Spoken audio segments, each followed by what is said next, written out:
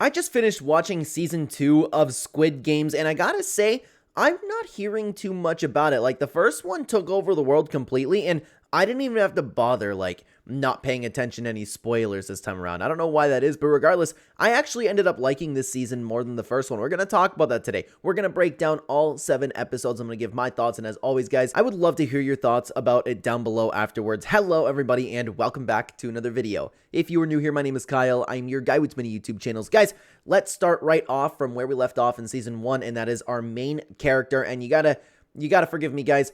I apologize. I'm not too good at remembering any Eastern names. I'm sorry. I'm gonna refer to like the cop, the pregnant woman, our main character, things like that. So you'll have to bear with me for that one. So we're left off, like I said, right where we were in season 1 at the end, where Song-ji ends up leaving the airport when he was told on the phone to get on the plane. We see a little bit of a time skip. I can't remember if it was 2 or 3 years or maybe even more than that. Regardless, there was a significant time jump. And what we see now is that our main character wants to go after the people in the Squid Games. And I personally think that's crazy. You know what? I totally understand. The games are inhumane. They're horrible. The fact that they're going on, people have been tricked, people are dying, but I wouldn't sit down and be like, and this is assuming that the police doesn't listen to you, just like anybody who has been telling the police about the games, because there's no evidence that the games actually exist. So I would take my money, move literally to the opposite side of the planet with my family, set up shop where nobody can ever find me again. That's what I would personally do. But hey, you know what?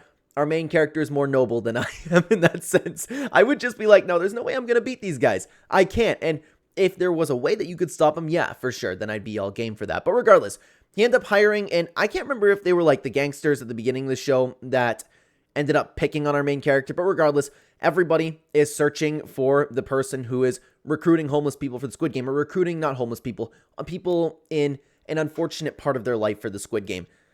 Everybody thinks that our main character is crazy. Until, after just people calling him crazy, after more searching, and he's paying people a ton of money, we actually see the guy. And I gotta say, the way that they set that up was really nice, because once they really pounded into our minds. So we've been looking for these people for like over 2-3 years, and everybody's just starting to give up hope. They're just like barely looking, but they have to show proof, so they actually have to search. So people are getting done with it, and all of a sudden they're like, what, has this guy gone off his rocker or something? And then all you hear is the and the slap, right? And then that part I thought was really, really well done. So we figure out our guy. We see him. The people working for our main character end up following him. Of course, they end up playing a deadly game of rock, paper, scissors in classic Squid Game style. But regardless, after that, we're starting off this series with a bang, the season with a bang, actually, because I've heard a little bit of critiques. Like, I haven't looked too much into it, but I like to watch a couple things about Squid Games afterwards, like after I'm done watching the show, just to kind of get a refresher before I talk about things.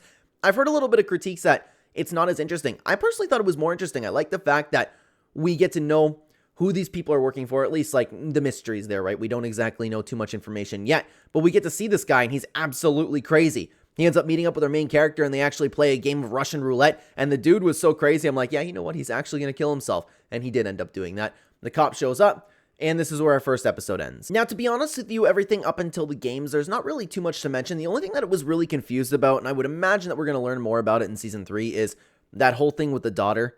I don't personally get it. The mom, the father, like, I know, like, I'm almost sure, not 100%, I'm almost sure that the dad passed away in the games, but I'm not sure. Like, I don't know what the point of including that in the show was, because it didn't really have anything to do with the story besides, like, maybe one contestant. I personally don't get that, but I'm sure that we'll learn a little bit more about it in season 3. Other than that, they end up going to a Halloween party. They're trying to get into the games.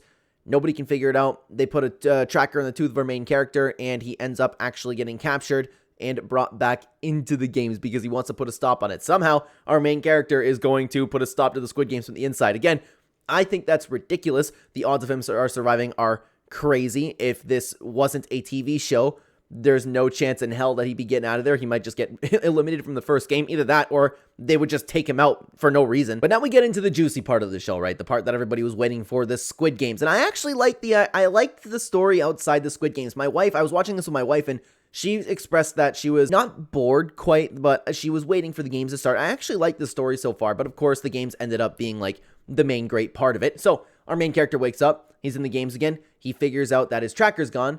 Shocker, I don't know how they managed to find that, but I'm sure they have some like crazy tech. They're back on the island, and regardless, he ends up reuniting with a really, really old friend. They play the first game, and that being red light, green light. And I'm glad that they brought back the iconic one, but at the same time, switching up the rest of the game. So what I liked about it was he's going to these games with the knowledge that everybody's going to die, and he had to actually convince people that people are going to die in these games, and some people believed him, most people didn't really believe him, and he's like, you guys have to just stop, which I thought was a little bit weird because he was kind of like this and talking, right? I'm still coming through the microphone, sorry, but he's moving a lot because he's doing this, right? I'm watching the show, he's like, don't move, but he's moving the entire time. Still, make sure you stay behind the red line, like, something like that. I just thought that was a little bit of a nitpick of mine, but regardless, everybody quickly figures out that people die in these games, people start running around just like last time, but people end up listening, and I like that they developed a little bit of a strategy, like standing behind each other, and I just thought the entire time, to be honest with you, it was a really cool callback. It was so iconic from the first season. Of course, they're going to do it in the second season. If anybody knows this, I would appreciate it if you could tell me in the comments. I don't know if the story was pre-written or if they wrote this season after season 1 actually happened. But then again, I know that they're planning for one more season, so maybe this story was already a thing. But regardless, so after the first game, a lot of them make it out, and they introduce and I can't remember if it was a new rule. Is it? I don't remember. But anyways, players can vote to stay in or stay out. Shockingly, the players voted to stay in, and it was always a very, very close bet. And I thought actually that they were going to throw us for a loop. I thought they were actually going to throw us for a loop towards the end, and people were going to vote to get out, because I thought, like, there's no way that we have a vote after every single time, and we have to spend some time watching this, and they're just going to go through. I thought it was going to end up like kind of like Hunger Games Catching Fire, where they didn't have to play the entire time. I thought that's how it was going to go. Well, I mean, like, it kind of did, but I thought that I didn't think that the voting was going to be going through every time. That's what I thought. Now, to be honest with you, I'm kind of having trouble on how I'm going to really expand on the next game, because what else is there really to dive in? We're diving into that worker who had a relationship with that daughter, but for some reason it has some sort of agenda. She's killing the players because she doesn't want their organs to be harvested, but what is she really doing? I'm confused by that whole storyline, but again, that might be just a season 3 thing. Other than that, we're introduced to our characters. You have the old guy who's really mean. You have the purple-haired weirdo who likes drugs. And you have our main team. And our main crew is actually really, really cool. One in particular that I really did like was our main character's best friend. And I liked the pregnant girl a lot. Like, they were really cool. But then again, the rest of them were all, like, pretty fun. Like, the main group that they chose this time was infinitely better than, and I know we didn't necessarily have like a core group, but I still liked it way better. But this brings us to the second game, and again, like, what can I really say about the second game? Because it's a game that I've never heard of personally, and obviously it exists, right? But you have to go through those 5 challenges where you're throwing a rock, you're picking up some dice. I don't know how the hell anybody could do that dice one, by the way. Like, look at my hands. These are the tiniest hands of all time. For like clarity, this is them up against my face, and I honestly have like, it's crazy. Like, I would not be able to pick up those dice. I'd pick the rock one for sure. The hacky sack's pretty easy, but they called it something else. And what was the other one? There was one at the beginning that I don't remember. Oh, they had the Beyblade. I didn't really get that one, but I'm sure I could figure it out. The first one I'm having a blank on. I wish the names were something like in English, but it doesn't really matter, right? But regardless, you had to go through the games. It was very tense. You had 5 minutes. Of course, our main group ended up going through, and we were introduced to the focus of another group, but I didn't like them nearly as much. I liked our main core group, but it was super tense. It was fun, and I thought they did the games even better than the first time around. But speaking of things that they also did better, this is something that I should have mentioned at the very beginning. I thought they did the dubbing way better this season. Like, I had a problem watching Squid Game last time around because I didn't enjoy the dubbing, and for me, like, I know you're just going to come back and say watch it with subtitles. I just don't like that. If I'm watching a show, I don't want to read. I want to watch a show. I'm okay with it when I watch my anime shows, and I was okay with it this time around. But the first season, you could be like, the characters would do this. And all you hear is, hello, how are you? Like, it just, and I know I'm exaggerating a little bit, but it was bad, man. But now we actually get into another part of the story, and that is the cop and the people on the boat. Okay, so they hired a bunch of people and one other member that didn't go with our main character to the island. They're looking for the island, and you know what? I'll sum it up. I'll sum it all up right now, because what can I say? They're sailing, and then again, I'll say they're sailing, but they're looking for this island. People kind of thought he went off his rocker, and when they actually ended up finding the island, there was an explosion. Of course, they were prepared, but what I did not expect was the nice man on the boat, the nice man taking the cop everywhere, is actually with the people running the Squid Game, which was really sad to see, because what did he say? Oh, it must have been a couple of years. I can't remember if it was 2 or 3 years. Regardless, he was sailing off, enjoying their time together, but I didn't catch on. I didn't catch on because he seemed so pleasant. He liked to sail, and he always wanted to help out this guy, right?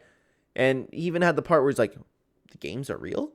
But then he stabs our guy, throws him overboard. It's like, thought I heard something, so I came out here. I would imagine they're going to figure out what happened, but regardless, man, like, that was really, really crazy to see. So, no success in finding our main character, so he was obviously forced to actually go into the game. Other than that, the worker that was, like, disobeying or having her own motive ended up getting threatened with a knife and said, hey, don't get in our way again, because she was finishing off a bunch of people that had perfectly good organs according to them to harvest. I still don't really get that. There was a few things that they kind of went straight off from the Squid Game this time around, and it was okay. I just found myself sitting back and going, why? What's the point? But I'm sure, again, we'll figure it out. But the third game we ended up playing was Mingle, because everybody ended up voting to stay again. Mingle was probably my favorite game that we've seen so far. The tension was just crazy. The fact that you had to, like, actually run into a door, you had to push people, you had to kill people, like, that was probably the most tense and probably the game that I enjoyed the most, to be honest. And just the scenery of the way that it's shot, like, all of the actors here too were phenomenal. Like, even through dubbing, to be honest with you, like, I really, really enjoyed what I watched this season.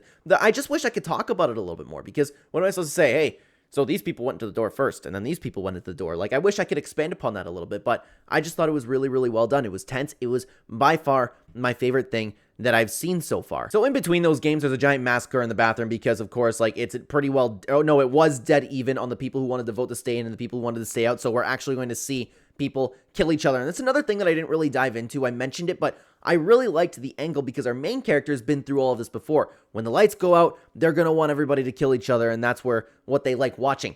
So they actually planned a rebellion. They planned to fake their deaths because the lights were off, and then when people came to clean up, they're going to take their guns. That's a very interesting way to go about things, okay? So they ended up being successful. It was pretty satisfying to see all these workers, like, getting the door shut on them for a change. Like, I thought it was really, really cool. And they ended up actually having an assault back on these guys. And this is the part where I actually sat back a little bit. And I'm like, okay, this is a little bit pushing it for my liking, because the show...